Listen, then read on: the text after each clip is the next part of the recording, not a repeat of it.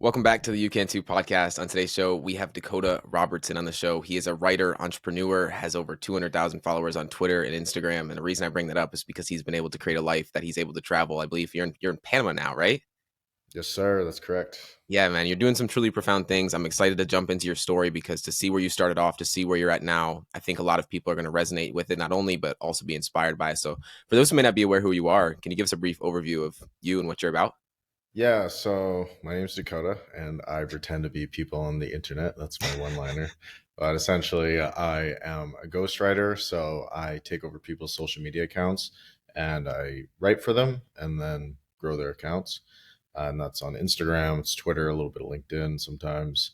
But now I've pivoted more towards helping people, consulting for people, and teaching them how to run their own ghostwriting business and scale that up, and also doing some consulting, helping people with their personal brands on the side. So, yeah, that's pretty much it. Got you, man. So you started 13 to 22 was this phase of like the first element of Dakota, I guess you can say. What did that process look like going from socially anxious, known as the fat kid in your mind, and then being able to shift out of that into, stepping into what you're doing today? Man, it was a journey because I really didn't like myself when I was younger because I was overweight and I had kids would point it out, make fun of me. This is how kids are, normal. Hmm. But I would internalize a lot of those things people would say to me. And be like, oh, I'm no good, or I'm fat kid, and all this stuff. And then kind of developed into social anxiety and overthinking a lot of things, really put a lot of emphasis. Oh, am I doing the right thing or being the right way and all of that? And that really, yeah, it stuck with me for a while. And wasn't till I started working out. I'd say that was my first endeavor into self improvement. And it was at around the age of 12 or 13, I started going to YMCA boot camps with my stepdad. We'd wake up before school, so around like 5 a.m. And we would go to these boot camps that had the TRX bands and all that stuff and work our ass off. And I just remember I was trying to get away from the person I was, Hmm. and because I just didn't like myself. It wasn't like, oh, I want to be super jacked or I just didn't like myself. I knew I just didn't want to be in this spot. So that felt that such a big pain point from being made fun of and just not liking myself and playing video games all the time and all that. And I just wanted to move away from that. And working out was my way to just kill that person I was. And yeah, I did that. And at the age of around 14, 15, that's when I thinned out. And then I started hitting the weights with my brother. And then I started to get jacked. I had decent genetics for putting on muscle. So by age 16, I was known as the jack kid in high school and was on the football team, all that stuff. But from all the conditioning of telling myself, oh, I'm no good, I'm not worthy, and all that, I I changed my outer appearance, but on the inside, I still felt like that fat kid, that socially anxious kid, and I hit it decently. Not many people knew I held that, but yeah, it was a struggle I went through for a long time, probably till the age of 22, probably 22, yeah. But age 16 to 18 was in high school or whatever. And then I went into electrical. I didn't know what I wanted to do after college and all that. So I just followed my brother's footsteps and learned the trade, graduated or high school a little bit early to get in the trades program. And I just like, fuck it, I'm going to make money. And while I figure things out, I'm not going to go to college and take a degree. I just don't know what I want to do. So yeah, just worked endlessly 12, 14-hour days and freezing cold in Alberta as an electrician. Kind of looked around at everybody and saw everyone was miserable. Hmm. And you're the youngest guy on the construction site, so you get a lot of shit too. And Yeah. oh my God, that was a humbling experience. I hated it.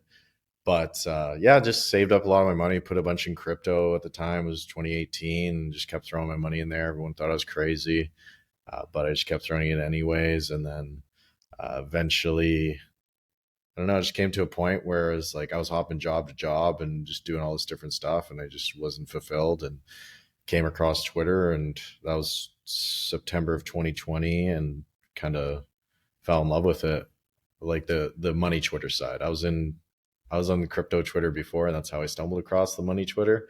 And for people that don't know, that's the side of Twitter where there's all the entrepreneurs and young dudes making money in business, but kind of got indoctrinated in there, and then was learning more on there than I was in college at the time. So I just dropped out, quit my job, and went all in. And best decision of my life. Sorry, it was all over the place, but No, you're good. I do want to backtrack though, because there's so much there's so yeah, much in that entire story, and it's exciting to see. But I think the most important part at the beginning of that was your shift, noticing that working out, no matter how much you changed your physical appearance, it didn't change your mental or the way that you viewed yourself. And I know the 6 pillars of self-esteem had a big impact on you. What was it about that book? What hit you? What resonated that really shifted the mindset for you? For because I think for a lot of people, like same thing for me, for so many people, we start out in the gym because we realize, oh, if I can physically change, something has to change my mental. So what was that shift for you? yeah. There was a line or maybe a paragraph or a chapter, but it told me I read that you stop identifying with your feelings. Yeah, So the problem I would have was I would tell myself, "Oh, I'm socially anxious," because I would feel this sensation or yeah, like really insecure, and I would tell myself, "Oh, I'm socially anxious. Like I have social anxiety," and I would mm, just play that tape recording in my head all the yeah, time, and then I would identify with that thought, that feeling. And it wasn't until I read a piece in that book where it just talked about separating your identity from the feelings. And that's when I started to recognize the everyday narrative I was playing in my head. mm, So when a thought would come up where I'd feel insecure or socially anxious, I would be like, okay, I'm feeling socially anxious, but I do not have social anxiety. I'm not somebody yeah, with social anxiety. It's just a feeling. And when you can create that separation with your identity and the feeling, then it loses power over you because that's all it is, a feeling. And I mean, the more books I read, more like spiritual books. I'm not like crazy spiritual, but like the more philosophical spiritual books I read, the more I see this as a pattern is like you are an observer. Like you are not your feelings, you are not whatever. You are just an observer of all those. And everything loses power over you when you adopt that kind of mentality, that reframe. So that's something I continuously have to remind myself of. But yeah, I wouldn't say I have social anxiety at all anymore. I would say I'm very extroverted um, now. So outside of reading the book, what did you have to implement to start like actually creating that version of that identity of this is the kind of person that I am? Because I know for me, like a great book that I love that is like I see it as a reminder more than like anything else is A New Earth by Eckhart Tolle. It's like a continuous reminder that our ego is always going to try to tell that story. We can have the awareness, but for some people, the awareness just isn't enough. yeah, the biggest thing for me throughout my whole life is just doing things that were uncomfortable. I think it started with dance class because I was forced into dance Mm, class and jujitsu and all these other sports.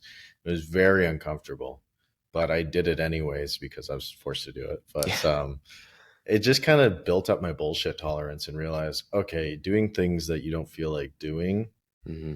even though they kind of suck, your tolerance, you're raising your threshold over time. So I think I unconsciously did it where I had this pain point where I felt socially anxious, but Yeah. I didn't want to be in that spot. So I'd be like, okay, what's something that's a little bit uncomfortable that I can do that will move me a little bit toward the person I Hmm. want to become. So that came in the form of saying, hi to the cashier or like starting a little small talk like, oh, how's your day going or Hmm. whatever. And I would do that pretty much every time when I would go buy groceries, like, oh, hey, how's your day going, all that, like busy, all that, this stupid small talk. But what I was doing is I was slowly raising my threshold of what I would normally do or feel comfortable with because that was outside my comfort level a little bit. But as I did it more, it's like, okay, I'm comfortable with that now. Now I can push it a little bit more, like start conversations with strangers that at a coffee shop or wherever. I remember I was in the mall one time. I just saw an old guy and just sat down and started a conversation with him. It was funny. It was a really cool dude. And it's something I'm more comfortable now with. If I hear someone say something interesting, I'll chime in and all of that. So it's just slowly identifying, okay, you're not going to be Mr. Confident overnight, but how can we slowly move toward that? Because I Yeah. think a lot of people overcomplicate it. They think, oh, I just need to snap on the magic trick or whatever it is. I need to find the secret and then I'm going to be confident overnight. Personally, I don't think it works like that. I think it's easier just to slowly raise your comfort level with different things, but just, yeah, keep pushing yourself, even though you're a little bit uncomfortable. And then over time, like over a span of a few years, you're going to look back and go, holy shit, I'm a completely new person, which I've done. And it's really rewarding. Also journaling. So identifying what are the thought patterns that you're having and how can you reframe it, because we have all these thoughts in our head, we Hmm. don't question them, but until we write on a piece of paper we can actually objectively look, oh okay, like it's clear what I'm thinking or what's going on in my head. Like, is this true? Like, is this objectively true? Probably not. Like, we got so many irrational thoughts going in our head, but we can't even observe them because we're just on to the next thought. But by writing it on a piece of paper and actually sitting with your thoughts for a little bit, it's very powerful. I think self-reflection is huge, and the form of meditation as well. Um, but yeah, those are the main things. Yeah, I think it's really important, like a shift in this. I guess this is like a quote from one of James Clear's Atomic Habits. Is like every action that you take is a vote for the wish or a vote for the person that you wish to become. And so it's like when you think of each action as a compiling piece of evidence to form that identity, it's not going to happen overnight. It's definitely not even going to happen in a few months, and may take a few years, maybe take your whole life. But it's the act of doing it that creates that identity that you're trying to create. And I know for both of us, we grew up without a father figure, and I think there's a good part of that where we don't take on the identity of our father because we don't see them as, because I think for a lot of people they do. What did that kind of process for you look like growing up to kind of build that identity and figure out who you even are? Yeah, I didn't think it affected me a lot as a kid Hmm. until I started going to therapy. I started going to therapy last year in November and just discussing it because I always thought, oh, he's just never around and whatever. Like, I got to form my own identity, and I'm Yeah. glad I did, because I think a lot of people, they go through abuse from their parents or Yeah. whatever, and I think that's way worse with than growing up without a father, even though it can be tough. But yeah, when I was just growing up, I was like, oh, it's just some guy. Like, you kind of saw him as a friend more than a father because he would visit sometimes, but very rarely. And yeah, I didn't hold really any animosity toward him, I didn't think. And he's a great dude, like really solid dude, just smoke some crack. But yeah, I don't blame him. Like, he had a rough upbringing and he was just scared. He didn't know how to raise a kid and stuff like that. So I get it, you know. Yeah, I mean, if I was in the same position, if I had the same experiences, same genetics as him, I would make the same decisions, because Hmm. to a certain point, you just don't know any better. And but yeah, I was talking to my therapist about all this, and just kind of realizing it it made me really self-dependent, an Hmm. independent person, and made me, I don't know, just feel like no one's coming to help me. I need to help myself, and Yeah. just kind of not build that trust. And it also made me yearn for relationships with masculine figures in my life, like my coaches and teachers and stuff like that. I really looked up to them, and I really wanted their approval with stuff. Yeah. And I'm fortunate that I had really amazing coaches and teachers throughout my life, like my football coach Peter McCall, a great guy, jujitsu coaches, and all of that. Like, I'm really grateful for how much they looked after me. But yeah, yeah, it's definitely rough growing up without a father sometimes, because you just want someone to look up to, or you want to talk about shit, and you just don't have that. And I grew up more feminine. I would say I adopted more feminine traits growing Me up, and I too. had to learn Yeah.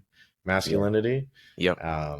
So I was very shy. I was very timid. I was scared to speak up, stand up for myself. Those are traits I had to learn along the way Hmm. from either books or YouTube or mentors, and just kind of look at people in your life and be like, oh, I like that trait from them. I want to be like that, and kind of adopt that. But yeah, that was definitely a tough process. I'm grateful I went through it though, because I kind of had both sides of the spectrum. And I got to choose in a lot of ways the person or the man I wanted to become.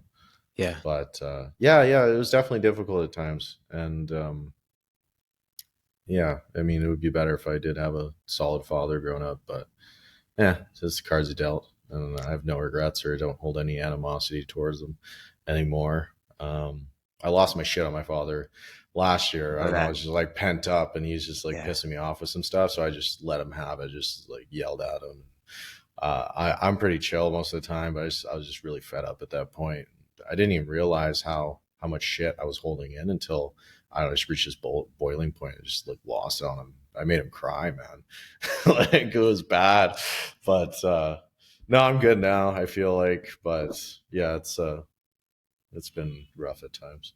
Yeah, I my father passed when I was 6, and my mom and dad got divorced when I was 2. So not the same experience, but definitely grew up a lot of the feminine, not really much of the masculine. No father figure to emulate. And I was listening to a podcast preparing for this, and hearing your perspective on that, on just seeing it as like not taking the identity, because I know so many people that literally just try to be their father or just take on their business or whatever that looks like, do their job. And I don't think I would be doing what I'm doing right now if that were the case. And I know for you, it kind of grew up without just any kind of parent for the most part. It was kind of like more like friends even. What was that experience kind of building your relationship with yourself? And then also, I know your mom was a good advocate for stepping into entrepreneurship as well.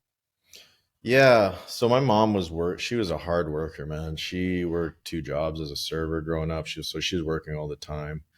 She was an amazing woman and really instilled a lot of great values in me and lessons. Hmm. Um, but yeah, like a lot of the time I was alone.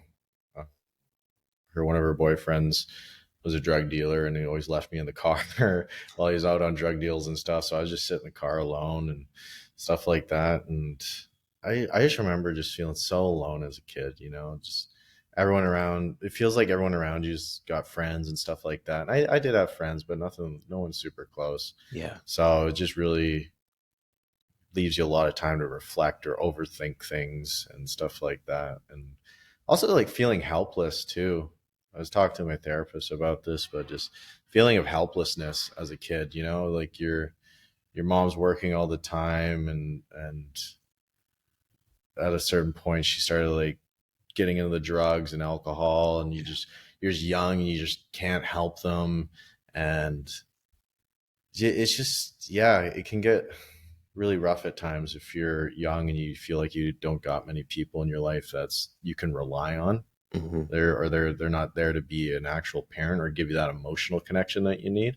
Yep. um so yeah, I remember a lot of times just feeling alone and helpless, but in a lot of ways it is kind of a good thing because it made me very independent and developed that happiness on my own, even though I didn't feel at the time. Just made me more independent, self-reliant, which Yeah. I do like about myself. um but yeah, it would have been nice if uh if it was a more stable upbringing, but I don't have any regrets. It kind of sounds funny, but I think an issue a lot of people have, especially men, is they don't face challenge in their life, or Yeah. they're given a lot of things in their life. So it really screws them over when they're older, or they're really self-entitled, or they don't have appreciation for how good Oh life yeah. can be or what they have in their life. I mean, a lot of people, a lot of men, they need to step up, and it's it's a lot of issues. But one, like people ditching their kids, like, or just like leaving them to be raised by their mothers. Like, men need a strong masculine figure in their life. Like, men need to step the fuck up and actually Yeah. raise solid children, not leave them to iPads and not I don't know, let them do stupid shit. Like, you actually need to raise your children, because I look at around a lot of the men today, and it's kind of sad, like how they treat women, like how much sexual abuse goes on. Like Yeah. most of my women friends, like they went through a lot of. I know more women than not that have been through sexual abuse, and it's kind of crazy. Me as It well. was like, and I think that's a reflection of how shitty of a job a lot of men have done raising their kids. Absolutely. Um, and even like the women, there's they need to do a better job raising their kids too. Like, I think we got like a lost generation here, like doing some Yeah. crazy shit, and it's kind of sad. I think yeah, it's like the this. easy times make soft people, or whatever that saying is. I think we're going through that in a really real way in the coming years. But that's a side tangent. No, I agree wholeheartedly though, and I think you're right. Like for a lot of people, that's why I'm grateful for a lot of the loss that happened in my life. It wasn't easy, and I think that created the drive, a lot of the drive that I have, and I think it's likely in case for you too. But like, what was that? Was there ever a point in your life where you took on the victim mindset? I know that there was the social anxiety and there was the lack of confidence, but I think especially when you're in that position and you do feel helpless, it's almost like you just take on this role. Like life just continues to happen to me. How did you shift out of that if you did have it? I honestly, I don't think I ever went through the victim mentality. I think I Mm, was like, you know what? It's like, this is where I'm at, but I didn't it is what blame it is. anyone for it. Yeah, I Yeah. think that's one of the things I really don't like about today's world. Everyone's got, not everyone, but most people got the A lot victim of people. mindset, like, oh, Absolutely. I'm oppressed or whatever. And sure, that, like, I'm sure that's really real in a lot of like areas of the world and Yeah. stuff. But I mean, if you're in North America, I don't know, like, there's so much opportunity for everybody, and like, oh, I'm beautiful just the way I am, and you're like morbidly obese. It's like, what are we doing here? Are we like, are we trying to reinforce some fucking, like, it's like, I don't know, like, it's easier to say, it's easier for someone's ego to say, oh, everyone else should Absolutely. change. I'm perfect the way I am. Uh, Eating my fucking 10 cheeseburgers a day or something like that. It's like, what are we doing? Yeah. It's like a mass psychosis or something, man. There's a lot of victim mentality, and I just don't like it. And I think it's a result of, yeah, people not going through challenges, people not overcoming stuff, and they're just soft, man. What was the original question? I asked if you answered it pretty much. It was like because I feel a lot of people in that position they're gonna take on that mindset. It's like maybe the Yeah. only thing that they know. Maybe they even Oh, learned it. And you yeah. said you didn't really you never experienced it. It was kind of is what it is kind of mindset. Yeah, it was I knew I was responsible for it. I was like, Yeah. this is, even though I'm not in the place I want to be, I am responsible for this. And it wasn't until I felt maximum pain, it was like, okay, I am responsible for the situation I am in. Yeah. That means I am responsible for getting my ass out. And it is hard. It's hard to admit it to yourself, but it's hard to actually do the work. But it's also empowering because it means you have control of your life. Because if you once you adopt the identity that you are a victim, you are oppressed, Hmm. all that, you relinquish all control to that perceived outside force, Yeah. which means you actually have no power. It's a self-fulfilling prophecy. So you need to adopt the mentality, I am responsible for all my fuck ups, and I am responsible for getting myself out. They may not be my initial fault that they happened to me, but I am Still my responsible for responsibility. getting my ass out of it. Yes. Yeah, I always live by, may not be my fault, but it is my responsibility at the Yeah. end of the day because I mean, you have to take responsibility or it's just going to continue happening. Life continues to present you with the same lessons until they're learned and it looks like you learned it immediately almost.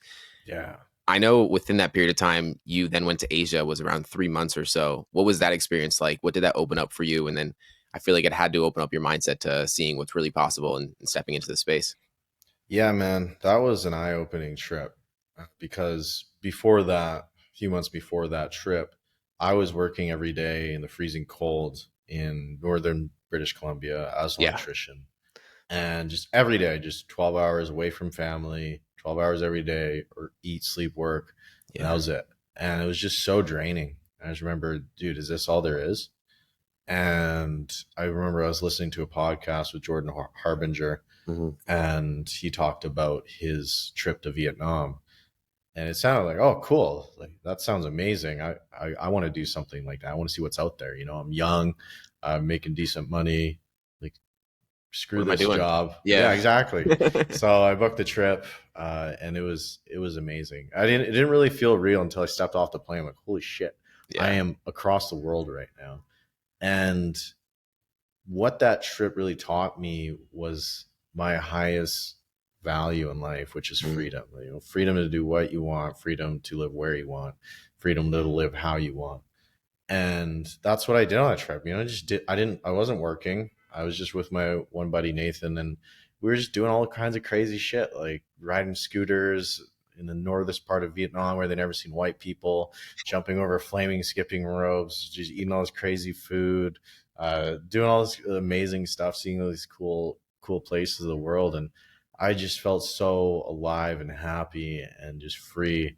And leaving that trip after 3 months, I I was like, I got to find a way to actually turn this into my life. You know, Yeah. I got to find a job that's like online and or makes a lot of money so I can actually live this as my life, not just a vacation.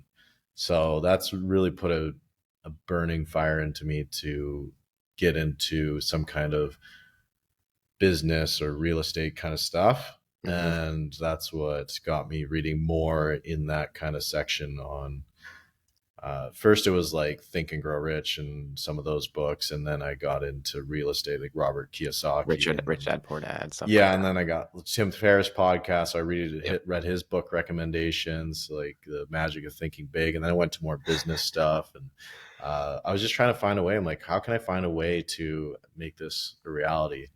And eventually, yeah, stumbled across Money Twitter.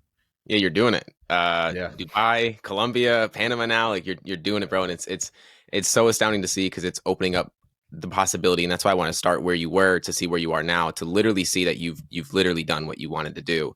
And I know during that period of time, you took jobs that you were able to listen to podcasts and listen to YouTube videos during that time. I used to work at Dick's Sporting Goods and I would stand at the door doing people every single day. And I'd listen to a book a day almost. It was like I did the exact same thing. And I'm curious, what were some of the things that were impactful? Every single book that you mentioned is on my bookshelf right now. So I'm curious what some of the pivotal moments or podcasts or books that you kind of dove into that really shifted things to make it pivot.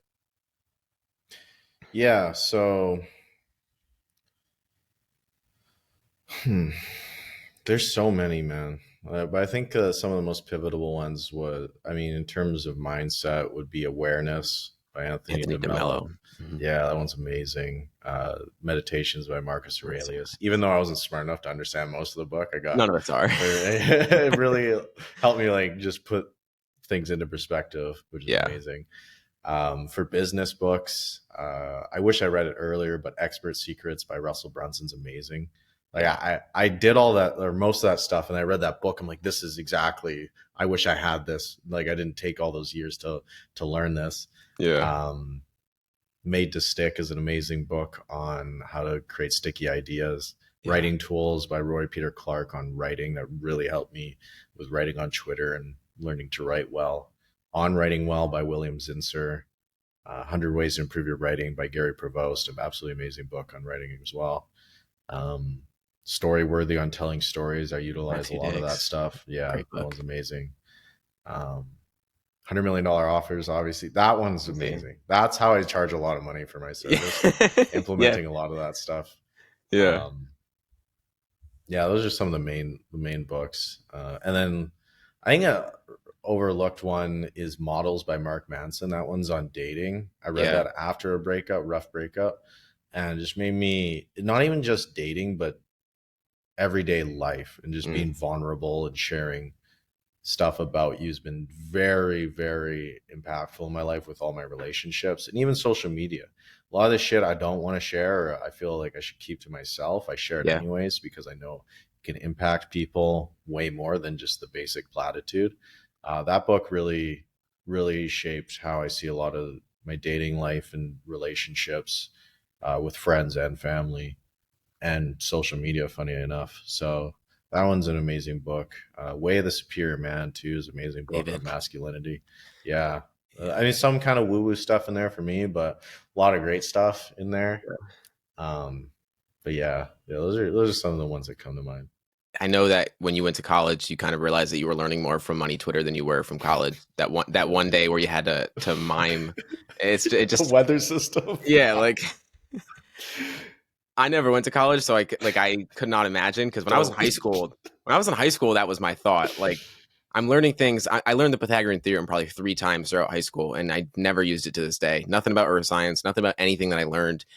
And like stepping into this space opened my eyes, just like it did for you. Like What was that first initial? I know that first initial investment was into Dan Co's community. What did that kind of shift in your paradigm?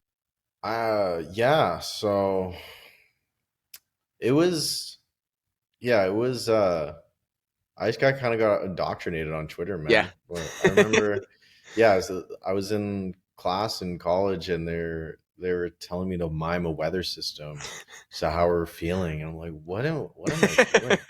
What is this? And then I on don't Twitter, know. they're giving you step by step how to make 10K a month and actually actionable shit on stuff Yeah. you want to do. So it was just kind of, it was, I have a very open personality, and I'm open to trying stuff. I'm a big risk taker. I like taking Yeah. risk. So I was like, you know what? I'm 20 or whatever age I was at the time, 22 probably, and I have no debts. I have no family. I have all this, like, I got nothing but time, and I have this opportunity here to actually take a chance or take a bet on myself, and it's not going to get any better than it is now.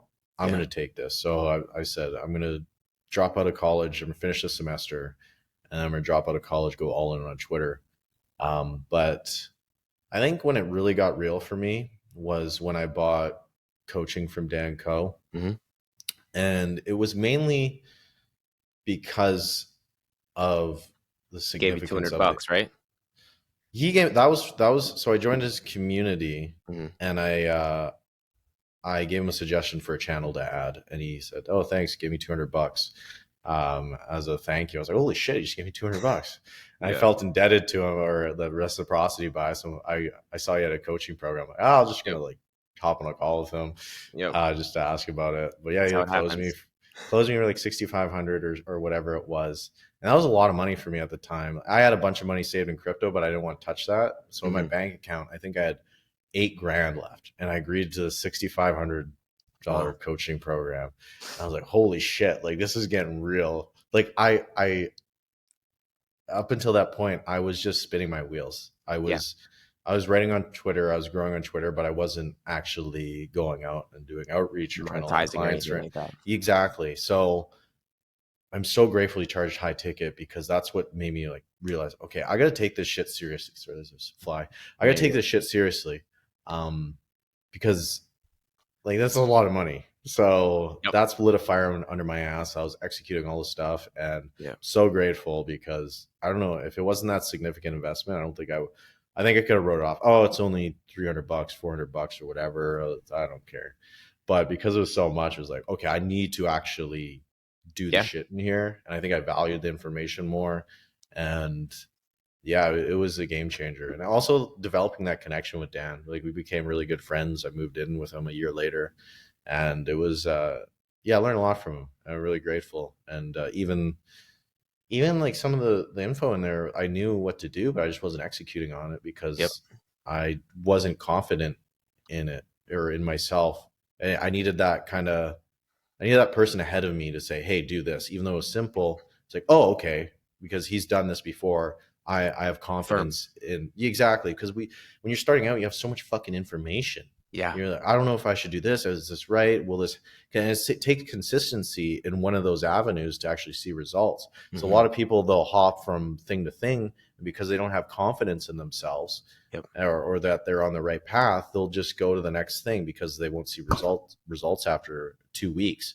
When in reality, it takes a few months or 6 months or a year for actually see results on stuff. So that was a huge, huge game changer for me, and made me realize the power of hiring a mentor, a high quality mentor, and executing on stuff. Yeah, my first investment when I was 17, it was $7,500, and I thought the exact same thing. It was like I'm committing to this fully to more than I didn't even have that much in my bank account. I put into a payment plan because I was in a position where it was like this is insane right now, but I'm going to do this because of the same exact thing. I want to do something, but I don't have the clarity to do it. I don't have the accountability to show up, and I don't have the direction to even know if I'm on the right path. And so I think that that's really powerful. And I know to this day you still continue to hire mentors. What kind of Yeah. impact have you seen on yourself and your business and how that you've been able to, create leverage now that where you're at now? Yeah. One of the biggest benefits is the network. So if you're hiring a mentor, it's usually a high ticket, Yeah. and Yeah, man, you get access to a lot of killers. Like a lot of people I'm friends with now, like Klein Ascension, I joined that, and now I'm a coach Oh, in it, and I'm friends with all the guys. wow. Um, what else? I've gotten performance coaching from Leon Castillo. That was probably one of the best investments. Wow. It really like lasered in my focus and made me clear on what direction I'm heading and Hmm. eliminate a lot of the bullshit I'm doing. Sales training from David Mendez that really gave me a structured approach to sales and understanding on a deeper level. Made me a lot of money because I'm just confident in the process, what to say, and all that. So that was great. Dan Coe obviously helped me grow my social media and personal brand and help me understand that on a deeper level. Yeah. Writing coaching from Merkur Copy on Twitter helped me understand storytelling and copywriting on a deeper level. Fitness coaching from Mahler Ranwar. Even though I've been working out for 13 years, I know everything is just for the accountability. Yeah. So like, yeah, every aspect. It's just why wouldn't you, man? Like with a course, like you just don't have the accountability, but with a mentor, you have the accountability. I think that's the biggest thing because in reality, we can all Google how to do whatever, but by having someone accountable, you're getting the help with implementation, which is huge. Yeah. It's the when I first hired my first mentor, that's what I realized was the most impactful thing for me. And I was like, okay, I want to do this for other people because I know that position. Like I know that experience, and it's annoying to feel stuck and scattered when you can have someone that's with you that will help you gain the clarity, and also like you said, it's implement. Because I think for courses it's like you can get all the information, but you can get the information anywhere. It's integrated information where it's in the right place, but you still don't have the implementation aspect where that's where coaching comes in. What did that first process look like for you? I know you started high ticket really, really early and really weren't expecting much from it, but like you went from college dropout to now making multiple six figures and just doing some astounding things. So I'm curious where that first instance really happened. Yeah, that was November, early November of 20, 2021, I yeah. think. And that was with my first ghostwriting client. It was funny. I took the sales call in a Starbucks and No just way. loud as shit. Yeah, I took it. I just felt just I don't know more at ease at a Starbucks. So I took my sales calls there, and I was so nervous, man. But yeah, I was talking to the guy, and he said, "Cool. Well, let me talk to my business partner. I'll get back to you." And I just want to get the hell off the sales call because I got Yeah. so nervous on the like. Oh yeah, yeah, no worries. I didn't expect him to close. He got back to me like a day later, like, "Yeah, we're good for 3K a month." And I said, "Okay, cool." I was like, "Oh shit, I landed a client." And I think that was a big belief change for me or paradigm shifter because I was like, you can charge 3,000 US a month Yeah. for ghostwriting? What do you mean? And it's like, holy shit, I just didn't know that was possible. Yeah. And then you do it again. The next person I sold was like five Five. thousand Yeah. dollars. Yeah, the next one And was I think I seven. went to yeah, yeah, it was Yeah. crazy, dude. So you just that's something I've noticed throughout my whole journey is you have these fixed expectations on Yep. what you think is possible. Like, I originally thought 10K a month was a shit ton of money. Mm-hmm. And then I heard Dan Coe, you hit 50K a month. And I remember my jaw literally dropped. It's like I was trying to fathom like 50K in 1 month. Yeah. And then you hear people doing 100K and then 200K and 300 million a month. And you're like, holy shit. Like there is the regular world and then there is the business world. And it is such a shift going from 0 to 1 Mm-hmm. and just realizing how much money is out there and how simple it is to actually make it. It's not always easy, but it's simple on the process. And then when you start hitting those numbers, the 10, 50, 100K a month, you just shatter all beliefs. You're like, "Oh yeah, like fucking Of you can course. make 1 million a month, of Yep. course." But the people they don't even understand making money on the internet, so they label everything a scam. That's not fucking possible. You made 100K a month? No fucking way. There's no way. You made 1 million a month? Yeah, you're full of shit. And there are a lot of people that are full of shit, but it's 100% possible. But it takes some time to adjust to like, what do you mean? Like you tell your parents that you're like, oh, I made 10K a month or whatever, and there's like, what? Like pressing buttons on the internet? Yeah. Yeah. But they don't even understand. Like my family doesn't even understand what I do. They're just like, yeah, it Me just makes either. Me either. money on. Yeah, exactly. They're like, okay, cool. You're happy, good for you. Exactly. As long as they can see the freedom that we have, it's like, okay, we understand. They must be doing something right, or something's going terribly wrong, and that's where I think is it's funny because you spoke earlier about the consistency aspect of like it's going to take a long time, but for you it happens so quick almost, or at least it seems that way from the external perspective. What's your strategy for learning, and how were you able to grow so quick, but also monetize to a point where, I mean, you're traveling, doing really whatever you want now? Yeah, I think there was a lot of setup, and I didn't even realize this till more recently. But Mm, I when I launched my ghostwriting offer, I grew to 10K or 11K a month in 28 days. But there's so much setup yeah. to that launch, to actually starting that business. Like it took for me a year on Twitter to actually get my ass in gear, put out an offer, and learn Twitter and all that stuff. Hmm. And then before that, it was me reading a bunch of books on self improvement, business, whatever, writing, and it was it was a long process. It was many years, just like being dissatisfied with stuff and learning different things. So I think it's easy for people to see, oh yeah, he hit 11K in 28 days. There must be something special or whatever, or that's impossible. I don't know. Yeah. But there was a lot of setup, and it's similar to Talon, who really accelerated fast when I started coaching him. He hit like 10K a month in 2 weeks, or legacy builder. He had like 10K in a month. Now he's doing like 80K plus a month. So there's like a lot of the people you look at, there's so much setup, and that's something I'm realizing more. They put in a lot of work behind the scenes that people don't see. But for my process of learning, I I used to be really big into books. Hmm. I'm reading a lot more now, Yeah. but I think a lot of us go through this phase where we feel accomplished for reading books or like a book a week or whatever. And that Yep. is great. That is great. But some people might be like me or were like me where I was procrastinating with reading another book and not actually implementing the information in Hmm. there. And now my kind of process for learning is okay, I want to do something. What's the fastest way I can learn something? And usually I'm like, okay, who's a mentor I can hire? Um, I'm recently doing that. I'm going to launch a course probably within a year or something, but I was like, I want Yeah. to like actually get this right and nail it. And so I reached out to a guy that sold a lot of courses, and I paid for a mentorship. And that way I'm just like not sorting through courses or whatever. It's just like, just tell me the fucking direct feedback for my situation, what you think I should do and all that, and I'll execute on it. Hmm. Also the accountability. I'm always looking for accountability on stuff because truthfully, I'm lazy and I won't do things unless I have that You're accountability. Like forced. with, yeah, exactly. Like with the cohort, the recent cohort, like June 5th that I'm launching. I'm spending so much time on this VSL and I just need to get it done, but it's like been weeks, man.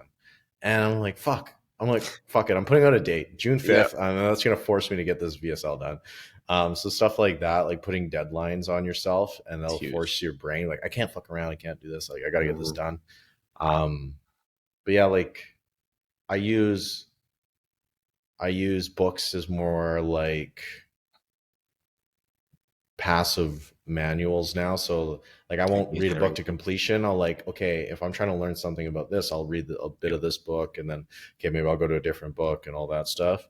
Um, but yeah, I don't know. I'm like all over the place. I find like doing stuff. That's how I learn the Mm. best, or creating content on stuff I'm trying to learn a bit better, because when I explain it to others, I Yeah. have to synthesize it. Like right now, I have to synthesize it in a way that other people understand. By Hmm. simplifying it in my mind for others, then it forces me to understand a lot better. But Yeah. I think teaching it to other people, or pretending to teach it to other people, is one of the best ways to learn a skill. So when you teach, you learn twice. Like I think that's the perspective, right? Like, Yeah. um, I see books as well. Like I used to think if I didn't read it cover to cover, it didn't count. And now I read it as like idea generation. Like if I need, like you said, like go to one chapter. If I need something from that chapter, then I'll take it. But I'm not reading it from front to end because you're probably not implementing everything from that book and you're just really wasting time, mental masturbation kind of aspect of things. What has creating online taught you about yourself? Taught me that I really am a teacher at heart, or I enjoy Mm. teaching people. That was actually what I was going to school for, or college for, Oh, wow. before I dropped out. I was going to be a high school teacher, and That's now crazy. I'm pretty much a teacher. I teach people English and psychology. That's what I was going to Yeah. college for. Now Yeah. I just do that on Twitter. That's all it is, English and psychology. So I love teaching people stuff and seeing the impact it has on people when it just clicks for them. Yeah. And it also aligns with my values of freedom. So if I can teach people how to write, how to grow a personal brand, how to tell stories, or on social media, Hmm. then I can also teach them to monetize it, like put that layer on top of Yeah. building an audience, and then they can do whatever the hell they want and escape the 9 to 5. It's so satisfying for me, or it's so meaningful for me to see Talon was a college professor like not even a year ago, and now he's Yeah. traveling with me. He's in Panama. We're setting up our residency. He hired his friend Dale, who's now his co-founder as Yeah. ghostwriting agency. He quit his job, and then Talon, one of the people he hired in his agency, Brett, he just quit his job today. And it's cool to see the impact. You change one person's It's a life, trickle down and effect. exactly, like Dan Co changed my life, and I changed, and it's like I think that's how you create real change in the world, is Hmm. like defining your values and like helping people live a life of freedom, man. It's so powerful. It's really gratifying, and you get paid a shit ton of money to do it too, which is great. That's pretty great too. Yeah. Yeah. It's like you're at a point now where you've got the monetary gain. Now it's a place of service almost. And I know growing up for you, it's like you said, you were kind of running away from the identity of the person that you've seen yourself as for so long. I'm curious now in the phase of life that you're at now, like what are you running away from now? I don't feel like I'm running away anymore. I feel like I'm running toward, Mm. potential, like the maximized potential. And I mean, that's physically, so get absolutely shredded. Right. Mentally, big nerd or whatever, Right. jack nerd. Like Chad. more so, I think I'm focusing more on like spiritually right now.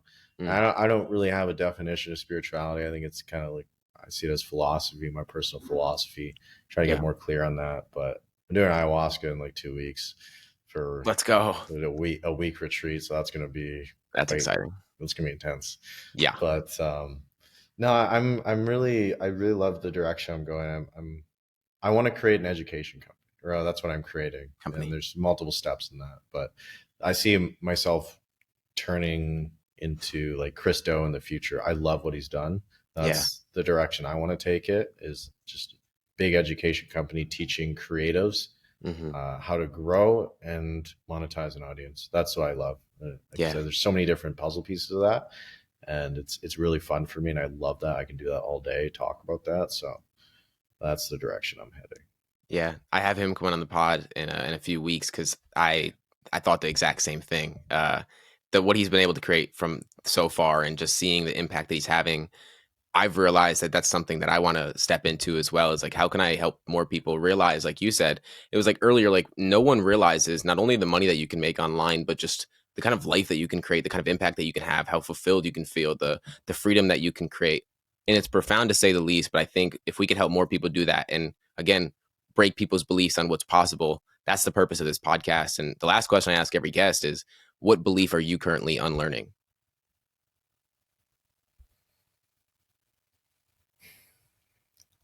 I think the belief that I'm fixed in certain ways.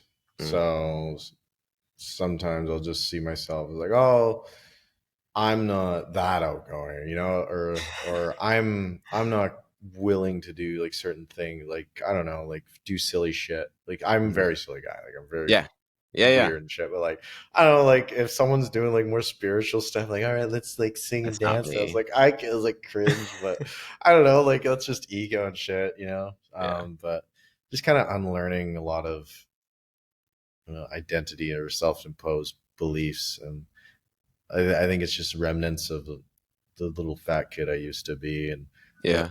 And I'm still unlearning some of that stuff, but I don't know. I really like who I am, and I like the direction I'm heading. But yeah, just unlearning to like the degrees of uncomfortableness I have with certain things, or I don't know, just certain beliefs of what I think is possible for myself, and kind of loving myself more. As cringe as that sounds. Yeah. No, I mean, dude, it's the most important part because I'm in a similar position when it comes to the mental. It's like we've taken all the books, we've done that kind of stuff when it comes down to our how we feel about ourselves. I think that's something that we, especially when you grow up feeling like there's not many people to kind of speak that about. It's almost like you have to internalize it and then it comes out later in your life. And I think it's really important to bring that kind of up because a lot of people seeing you crush it and will say there's no way he could have any problems, especially internal problems. He has everything external that you could want. But seeing that from an external perspective, I think is really important. I think a lot of people are going to take a lot of value from it. So, man, I'm grateful to have you on the pod. You definitely provide a lot of value. Yeah, thank you for having me, brother. And I appreciate these are really thoughtful questions that you actually did your research. So I appreciate that. It's amazing. So thank you for having me. Yeah, that's what I do, brother. I appreciate you. Thank you.